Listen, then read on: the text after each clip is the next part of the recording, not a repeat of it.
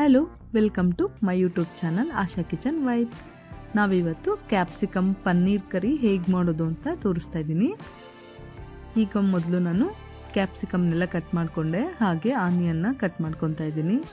ಆನಿಯನ್ನೆಲ್ಲ ಚಾಪರ್ಗೆ ಹಾಕ್ಕೊತಾ ಇದ್ದೀನಿ, ಸಣ್ಣದಾಗೆ ಚಾಪ್ ಮಾಡ್ಕೊತಾ ಇದ್ದೀನಿ.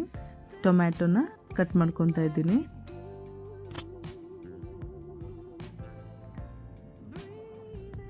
ನಾನಿಲ್ಲಿ ನೆಕ್ಸ್ಟು ಮಿಕ್ಸರ್ ಜಾರ್ಗೆ ಕೊಕೊನಟ್ಟು, ಗಸಗಸೆ, ಗೋಡಂಬಿ, ಒಂದು 4 ಗೋಡಂಬಿ ಹಾಕ್ತಾಯಿದ್ದೀನಿ. ಹಾಗೆ ಒಂದು 4 ಬಾದಾಮಿ, ಬಿಳಿ ಎಳ್ಳು ಇಷ್ಟನ್ನು ಹಾಕಿ ಗ್ರೈಂಡ್ ಮಾಡ್ಕೊಂಡಿದ್ದೀನಿ. ನೋಡಿ, ಈ ಥರ ನೈಸಿಗೆ ಪೇಸ್ಟ್ ಮಾಡ್ಕೊಳ್ಳಿ. ನೆಕ್ಸ್ಟು ನಾನು ಮನೇಲೇ ಹಾಲು ಹೊಡೆದು ಪನ್ನೀರನ್ನು ರೆಡಿ ಮಾಡ್ಕೊಂಡಿದ್ದೆ. ನೋಡಿ, ಪನ್ನೀರು ಮನೇಲೇ ಮಾಡ್ಕೊಂಡಿದ್ದು. ಇವಾಗ ಒಂದು ಬಾಣಲಿಗೆ ಸ್ವಲ್ಪ ಎಣ್ಣೆ ಹಾಕಿ ಪನ್ನೀರ್ನೆಲ್ಲ ಸ್ವಲ್ಪ ರೋಸ್ಟ್ ಮಾಡ್ಕೊತಾ ಇದ್ದೀನಿ. ಹಸಿದೆ ಹಾಕಿದ್ರೆ ಹಸಿ ಸ್ಮೆಲ್ ಥರ ಇರುತ್ತೆ, ಹಾಗಾಗಿ ಸ್ವಲ್ಪ ಡ್ರೈ ರೋಸ್ಟ್ ಮಾಡ್ತಾ ಇದ್ದೀನಿ. ನೋಡಿ, ಇಷ್ಟಾದರೆ ಸಾಕು. ನಾನಿವಾಗ ಅದೇ ಬಾಣಲಿಗೆ ಕಟ್ ಮಾಡಿದಂಥ ಕ್ಯಾಪ್ಸಿಕಮ್ ಎಲ್ಲ ಹಾಕ್ಕೊಂಡು ಸ್ವಲ್ಪ ಫ್ರೈ ಮಾಡ್ಕೊತಾ ಇದ್ದೀನಿ. ಕ್ಯಾಪ್ಸಿಕಮ್ ಬೇಗನೆ ಬೇಯುತ್ತೆ, ಹಾಗಾಗಿ ನೋಡಿಕೊಂಡು ಸ್ವಲ್ಪನೇ ಫ್ರೈ ಮಾಡ್ಕೊಳ್ಳಿ. ಡೈರೆಕ್ಟಾಗಿ ಹಾಕೋಕ್ಕಿಂತ ಈ ಥರ ಕರಿಗೆ ಫಸ್ಟೇ ಎಣ್ಣೆಲಿ ಸ್ವಲ್ಪ ಫ್ರೈ ಮಾಡಿಕೊಂಡ್ರೆ ಚೆನ್ನಾಗಾಗುತ್ತೆ. ಈಗ ಒಂದು ಬಾಣಲಿಗೆ ಸ್ವಲ್ಪ ಎಣ್ಣೆ ಹಾಕ್ಕೊತಾ ಇದ್ದೀನಿ. ಪಲಾವ್ ಎಲೆ, ಚಕ್ಕೆ ಲವಂಗ ಹಾಕಿದ್ದೀನಿ, ಒಂದೆರಡು ಪೀಸು. ಇವಾಗ ಕಟ್ ಮಾಡಿದಂಥ ಈರುಳ್ಳಿನೆಲ್ಲ ಹಾಕಿ ಫ್ರೈ ಮಾಡ್ತಾಯಿದ್ದೀನಿ. ಒಂದು ಸ್ವಲ್ಪ ಈರುಳ್ಳಿ ಸಾಫ್ಟ್ ಆಗೋ ತನಕ ಫ್ರೈ ಮಾಡ್ಕೊಳ್ಳಿ. ನೋಡಿ, ಈಗ ನಾನು 1 ಸ್ಪೂನಷ್ಟು ಶುಂಠಿ ಬೆಳ್ಳುಳ್ಳಿ ಪೇಸ್ಟನ್ನು ಹಾಕ್ತಾಯಿದ್ದೀನಿ. ಇದು ಅಷ್ಟೇ, 1-2 ನಿಮಿಷ ಫ್ರೈ ಆದರೆ ಸಾಕು. ನೆಕ್ಸ್ಟು ಈಗ ಕಟ್ ಮಾಡಿದ್ದಂಥ ಟೊಮ್ಯಾಟೊನ ಆ್ಯಡ್ ಮಾಡ್ತಾಯಿದ್ದೀನಿ. ಇಲ್ಲೂ ಅಷ್ಟೇ 1-2 ನಿಮಿಷ ಫ್ರೈ ಮಾಡ್ಕೊಳ್ಳಿ. ಹಸಿ ಸ್ಮೆಲ್ಲೆಲ್ಲ ಹೋಗೋ ತನಕ ಫ್ರೈ ಮಾಡ್ಕೊಳ್ಳಿ.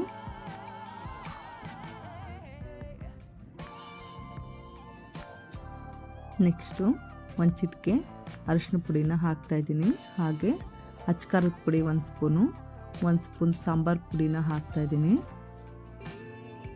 ಇದೆಲ್ಲ ನೀಟಾಗಿ ಮಿಕ್ಸ್ ಮಾಡ್ತಾಯಿದ್ದೀನಿ. ಇಲ್ಲಿ ಸ್ವಲ್ಪ ಫ್ರೈ ಮಾಡ್ಕೊಳ್ಳಿ.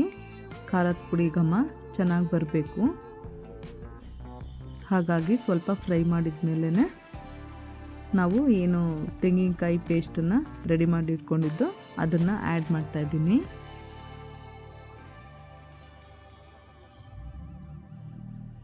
ನೋಡಿ, ನೀಟಾಗೆಲ್ಲ ಮಿಕ್ಸ್ ಮಾಡ್ಕೊಳ್ಳಿ. ಫ್ಲೇಮ್ ಸ್ವಲ್ಪ ಮೀಡಿಯಮ್ ಫ್ಲೇಮಲ್ಲೇ ಇಟ್ಕೊಂಡು ಮಿಕ್ಸ್ ಮಾಡ್ಕೊಳ್ಳಿ, ತಳ ಹಿಡಿಯುತ್ತೆ. ನೋಡಿ, ಈ ಥರ ಫ್ರೈ ಆದಮೇಲೆ ನಾನು ನೀರನ್ನು ಆ್ಯಡ್ ಮಾಡ್ತಾಯಿದ್ದೀನಿ. ನೋಡಿಕೊಂಡು ಸ್ವಲ್ಪನೇ ನೀರನ್ನು ಆ್ಯಡ್ ಮಾಡಿ. ಥಿಕ್ನೆಸ್ ಎಷ್ಟು ಬೇಕೋ ಅಷ್ಟು ನೋಡಿಕೊಂಡು ನೀರನ್ನು ಹಾಕ್ಕೊಳ್ಳಿ. ನೋಡಿ, ಎಷ್ಟು ಚೆನ್ನಾಗಿ ಆಗಿದೆ ಗ್ರೇವಿ. ನೋಡಿ, ನಾನಿವಾಗ ಒಂದು ಸ್ವಲ್ಪ ಉಪ್ಪನ್ನು ಆ್ಯಡ್ ಮಾಡ್ತಾಯಿದ್ದೀನಿ. ಇದು ಸ್ವಲ್ಪ ಕುದಿಯೋದಕ್ಕೆ ಬಿಟ್ಟಿದ್ದೀನಿ. ನೋಡಿ, ಚೆನ್ನಾಗಿ ಕುದಿ ಬರ್ತಾ ಇದೆ. ಈಗ ಕೊತ್ತಂಬರಿ ಸೊಪ್ಪನ್ನು ಆ್ಯಡ್ ಮಾಡ್ತಾಯಿದ್ದೀನಿ. ಮಸಾಲೆ ಇದು ಚೆನ್ನಾಗಿ ಫ್ರೈ ಆಗಿದೆ, ಚೆನ್ನಾಗಿ ಕುದಿ ಬಂದಿದೆ. ನೋಡಿ,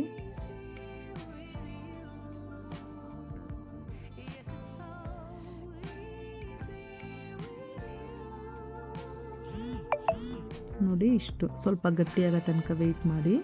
ನೋಡಿ, ಮಸಾಲೆ ಚೆನ್ನಾಗಿ ಕುದಿ ಬಂದಿದೆ, ಚೆನ್ನಾಗಿ ಗಟ್ಟಿ ಆಗಿದೆ ಸ್ವಲ್ಪ. ಈ ಟೈಮಲ್ಲಿ ನಾನು ಏನು ಹುರಿದಿಟ್ಕೊಂಡಂಥ ಕ್ಯಾಪ್ಸಿಕಮ್ ಆ್ಯಡ್ ಮಾಡ್ತಾಯಿದ್ದೀನಿ.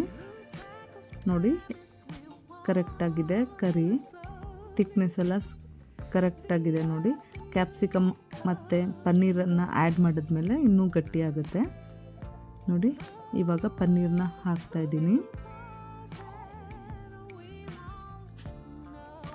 ಪನ್ನೀರು ಕ್ಯಾಪ್ಸಿಕಮ್ ಎಲ್ಲ ಆಲ್ರೆಡಿ ಫ್ರೈ ಆಗಿದೆ, ಮತ್ತು ಮಸಾಲನೂ ಚೆನ್ನಾಗಿ ಫ್ರೈ ಮಾಡಿದ್ದೀವಿ. ಈ ಟೈಮಲ್ಲಿ ನಾವು ಜಾಸ್ತಿ ಇಲ್ಲಿ ಫ್ರೈ ಮಾಡ್ಕೊಳ್ಳಲ್ಲ, ಒಂದು 5 ನಿಮಿಷ ಕುದಿಸಿ ಫ್ರೈ ಮಾಡಿಕೊಂಡ್ರೆ ಇದನ್ನು ಆಗುತ್ತೆ ಸಾಕು, ಆವಾಗ ಕರಿ ನಮಗೆ ರೆಡಿಯಾಗಿರುತ್ತೆ. ನೋಡಿ ಇದು ಆಗಿದೆ. ಕ್ಯಾಪ್ಸಿಕಮ್ ಪನ್ನೀರ್ ಕರಿ ರೆಡಿಯಾಗಿದೆ ನೋಡಿ.